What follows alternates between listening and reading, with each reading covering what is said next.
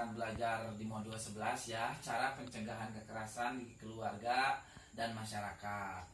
Baiklah, sebelumnya saya minta perwakilan ibu-ibu ya, satu ya, untuk membacakan kasus tentang anak tidak mau sekolah. Kira-kira siapa, Bu Pipit? Siapa membacakan, Bu Pipit? Siapa? Ya, nanti ibu-ibu yang lain didengarkan ya, disimak ya, apa isi dari cerita tersebut.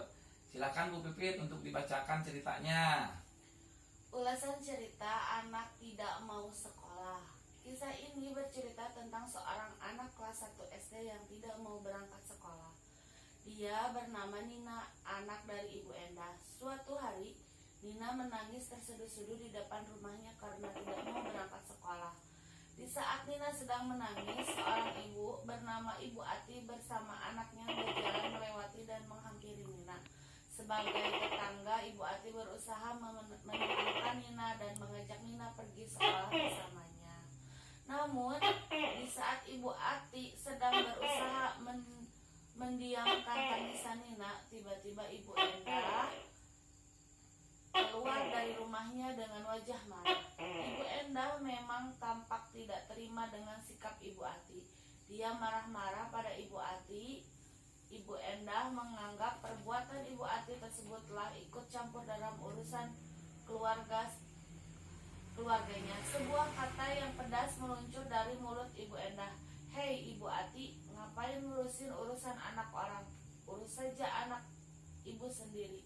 Ibu Endah pun segera menarik Nina masuk ke dalam rumahnya dengan terus memarahi anaknya tersebut.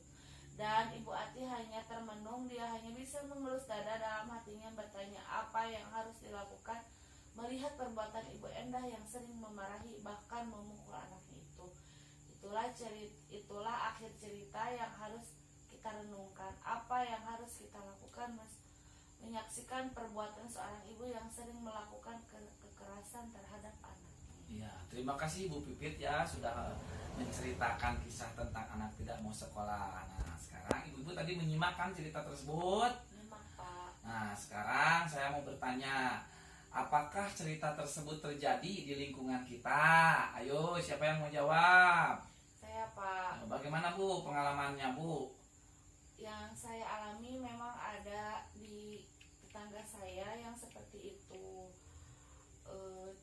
Mungkin karena kesalahan sepele ya, seperti tadi yang dibaca, karena ya, tidak mau sekolah. Jadi mungkin keadaan ibunya juga lagi capek, terus memarahi anak tersebut dengan mengeluarkan kata-kata kasar. Baik, terima kasih Bu Pipit ya sudah menceritakan. Nah, sekarang saya bertanya kepada ibu-ibu nih tentang kasus Nina ini. Nah, apa yang harus dilakukan oleh ibu-ibu sebagai orang tua kalau terjadi hal seperti itu? Tolong nanti ditulis ya di buku. Ditulis dulu di buku, nanti setelah ditulis saya akan menanyakan bagaimana tanggapannya. Silakan tulis dulu, saya kasih waktu 3 menit ya untuk menulis apa yang dilakukan oleh ibu-ibu sebagai orang tua apabila hal tersebut terjadi di dalam keluarga kita. Silahkan ditulis apa yang harus dilakukan kira-kira. Sudah ya? Sudah. Kira-kira Bu Pipit, kira-kira apa yang harus dilakukan kita sebagai orang tua apabila ada anak yang menangis seperti kasus Nina tersebut?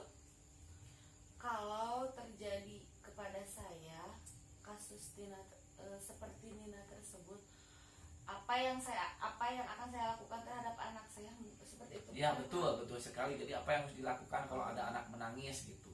Mungkin saya akan membiarkannya dulu untuk menangis. Ya.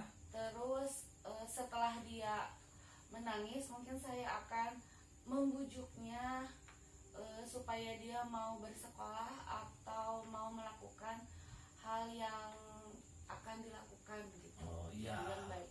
Ya, terima kasih ya Bu Pipit atas jawabannya. Betul sekali ya. Jadi ketika kita melihat anak menangis, kita itu seharusnya pertama menanyakan dulu kenapa dia menangis. Yang kedua, seharusnya ketika anak menangis itu dipeluk ya, bukan ditendang ya ibu-ibu. Jadi harus dipeluk. Cek sudah nama kudu diupahan, sanes kudu ditendang, dicarekan ya. Jadi jangan sampai hal tersebut terjadi dalam keluarga kita, dan jangan sampai kisah Nina tersebut terjadi pada anak kita. Jadi kita harus lebih sabar dalam menghadapi